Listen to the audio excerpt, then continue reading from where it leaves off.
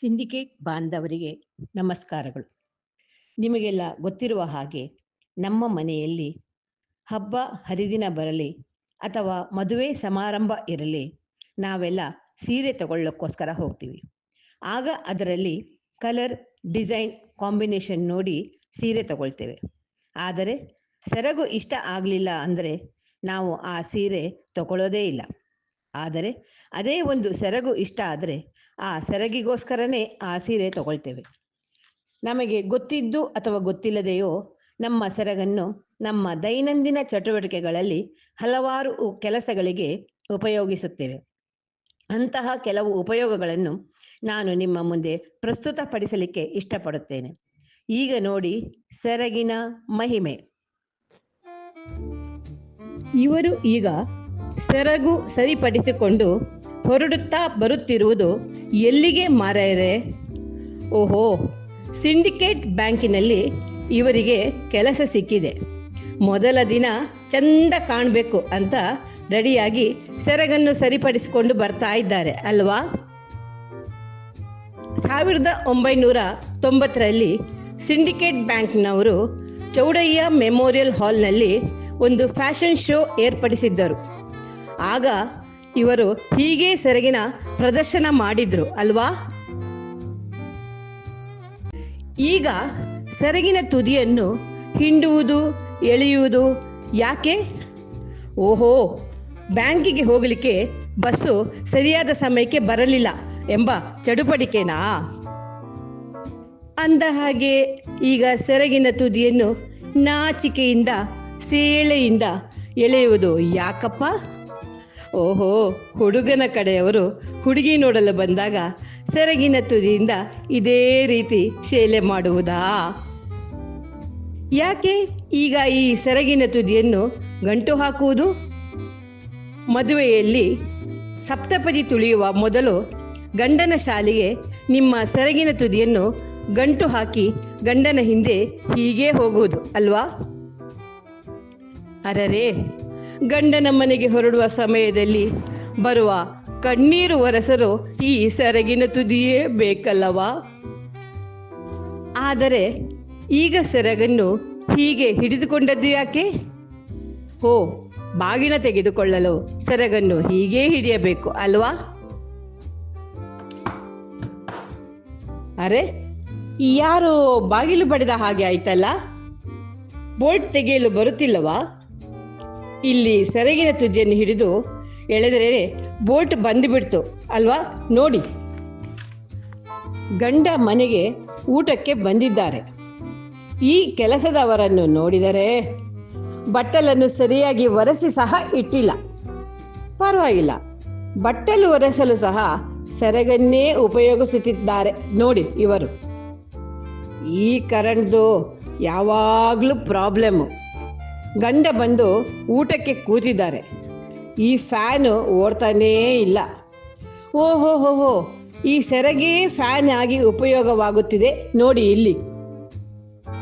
ಊಟವಾದ ಮೇಲೆ ಗಂಡನಿಗೆ ಕೊಡುವ ವೀಳ್ಯದೆಲೆ ಒರೆಸಲು ಸಹ ಸೆರಗೇ ಬೇಕಲ್ವಾ? ಎಲೆ ಅಡಿಕೆ ತಿನ್ನುವಾಗ ಅದರ ರಸ ಸ್ವಲ್ಪ ಹೊರಗೆ ಬಂದಿದೆ, ಅದನ್ನು ಒರೆಸಲು ಸಹ ಇವರಿಗೆ ಸೆರಗೇ ಬೇಕಾ? ಚೀ ಚೀ ಚೀ ಚೀ ಚಿ. ಈ ಉಪಚಾರ ಎಲ್ಲ ಯಾಕೆ ಗೊತ್ತುಂಟಾ? ಪಕ್ಕದ ಮನೆಯವಳು ತೆಗೆದುಕೊಂಡ ಸೀರೆ ಸೆರಗು ಭಾರಿ ಚೆನ್ನಾಗಿದೆ ಅಂತೆ. ಅದೇ ಥರ ಸೆರಗು ಇರುವ ಸೀರೆ ನಿಮಗೂ ಬೇಕು ಅಂತ ಈ ಎಲ್ಲ ನಾಟಕ ಅಲ್ವಾ?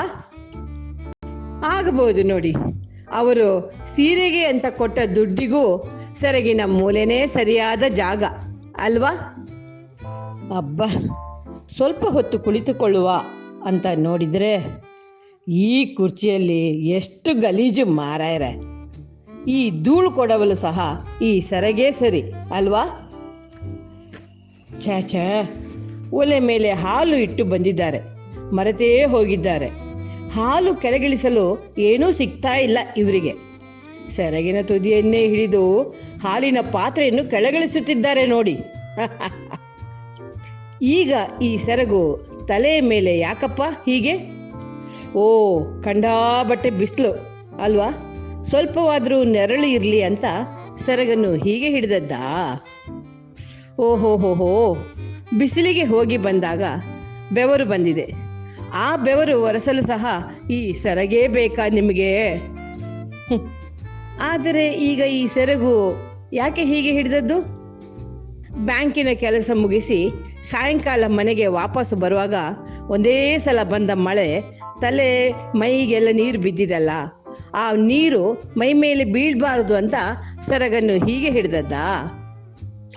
ಓಹೋಹೋಹೋ, ಮೈ ಮೇಲೆ ಬಿದ್ದ ಮಳೆ ನೀರನ್ನು ಒರೆಸಲು ಸಹ ಸೆರಗೇ ಉಪಯೋಗವಾಯ್ತು ನೋಡಿ. ಆಚೆ! ಈ ಮಳೆಯಲ್ಲಿ ಒಂದು ಗಳಿಗೆ ನಂತರ ಸಾಕು, ಶೀತ ಶುರುವಾಯಿತು ನೋಡಿ. ವಾಯ್ ವಾಯ್ ವಾಯ್, ಏನ್ ಮಾಡ್ತಿದ್ದೀರಾ? ಮೂಗಿನ ಸೀಂಬಳ ತೆಗೆಯಲು ಸೆರಗಿನ ತುದಿಯನೇನಾ? ಈ ಬೆಂಗಳೂರು ಚಳಿ ನಿಮಗೆಲ್ಲ ಗೊತ್ತಲ್ವಾ? ಸೆರಗಿನ ತುದಿಯನ್ನು ಹೀಗೆ ಹೊದ್ದುಕೊಂಡರೆ ಸ್ವಲ್ಪ ಚಳಿ ಕಮ್ಮಿ ಆಗ್ತದೆ ಅಲ್ವಾ? ಆದರೆ ಈ ಸೆರಗಿನ ತುದಿಯನ್ನು ಹೀಗೆ ಎಳೆದು ಕಟ್ಟುವುದು ಯಾಕೆ? ಓಹೋ, ಈ ಬೆಂಗಳೂರಿನ ಆಟೋ ಡ್ರೈವರ್ ಹತ್ರ ಜಗಳ ಮಾಡಬೇಕಾದ್ರೆ ಹೀಗೆ ಸೆರಗನ್ನು ಎಳೆದು ಕಟ್ಕೊಳ್ಳೋದು ಅಲ್ವಾ? ಈಗ ಈ ಸೆರಗು ಮುದ್ದೆಯಾಗಿ ಸಿಂಬೆಯಾಗಿ ತಲೆಯ ಮೇಲೆ ಹೋಗಿ ಕೂತದ್ದು ಯಾಕಪ್ಪ? ನಮ್ಮ ಮಲ್ಪೆ ಬ್ರಾಂಚಿನ ಒಂದು ಕಸ್ಟಮರು, ಮೀನು ಮಾರೋಳೊಬ್ಳಿದ್ದಾಳಲ್ಲ, ಅವಳ ತಲೆಯ ಮೇಲೆ ಬುಟ್ಟಿಯ ಅಡಿಯಲ್ಲಿ ಸೆರಗು ಹೀಗೆ ಇರ್ತದೆ ಅಲ್ವಾ? ಚಂದ ಮಾಡಿ ಮುಖ ತೊಳ್ಕೊಂಡು ಬಂದರೆ ಒರೆಸಲು ಒಂದು ಟವೆಲ್ ಕೂಡ ಸಿಗ್ತಾ ಇಲ್ಲ ಮಾರಾಯರೆ. ಸರಿ ಆಯಿತು, ಮುಖ ಒರೆಸಲು ಸಹ ಸೆರಗೇ ಸಿಕ್ಕಿತು ಅಲ್ವಾ? ಇದೇನಿದು ಸೆರಗಿನ ತುದಿಯಲ್ಲೊಂದು ಸಣ್ಣ ಗಂಟು? ಓಹೋ, ಬ್ಯಾಂಕ್ ಕೆಲಸ ಮುಗಿಸಿ ಸಾಯಂಕಾಲ ಮನೆಗೆ ಬರುವಾಗ ತರಕಾರಿ ತರಬೇಕೆಂದು ನೆನಪಿಸುವ ನೆನಪಿನ ಗಂಟು ಇದು ಅಲ್ವಾ? ತರಕಾರಿ ತರಕಾರಿ! ಓಹೋಹೋ, ಅಲ್ಲಿ ತರಕಾರಿ ಮಾರ್ತಾ ಇದ್ದಾರೆ. ಹೋಗಿ ತರಕಾರಿ ತೆಗೆದುಕೊಳ್ಳುವ ಅಂತ ಹೋದ್ರೆ ಕೈಯಲ್ಲೊಂದು ಚೀಲ ಸಹ ಇಲ್ಲ. ಓ, ತರಕಾರಿಯನ್ನು ಕೂಡ ಇವರು ಸೆರಗಲ್ಲೇ ಹಾಕಿಸಿಕೊಳ್ಳುತ್ತಿದ್ದಾರೆ ನೋಡಿ. ಛೇ ಛೇ ಛೇ ಛೇ, ಮಗು ಬಿದ್ದು ಗಾಯ ಮಾಡಿಕೊಂಡಿದೆ, ರಕ್ತ ಸುರಿತಾ ಇದೆ. ತಕ್ಷಣ ತನ್ನ ಸೆರಗನ್ನು ಹರಿದು ಬ್ಯಾಂಡೇಜ್ ಕಟ್ಟುತ್ತಿದ್ದಾರೆ ನೋಡಿ ಈಕೆ. ಕಣ್ಣಲ್ಲಿ ಏನೋ ಒಂದು ಕುರು ಆದ ಹಾಗಿದೆ.